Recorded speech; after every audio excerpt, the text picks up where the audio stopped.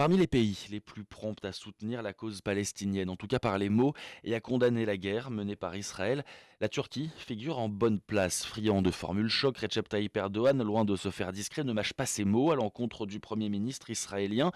Le président turc est en effet l'un des rares dirigeants à apporter un soutien sans faille au peuple palestinien et à l'organisation du Hamas qu'il qualifie d'organisation de libération. Sauf que, au-delà des discours, les échanges commerciaux entre Israël et la Turquie continuent de bien, même de très bien se porter. Céline Pierre-Magnani.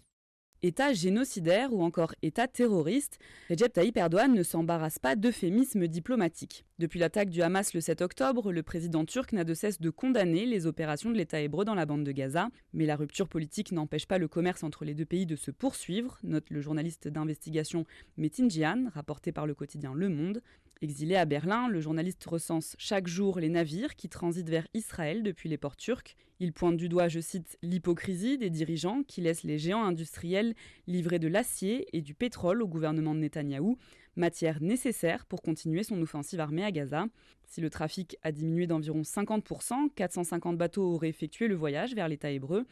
Équipé d'une loupe, le journaliste épluche les données en accès libre pour trouver les noms des sociétés impliquées.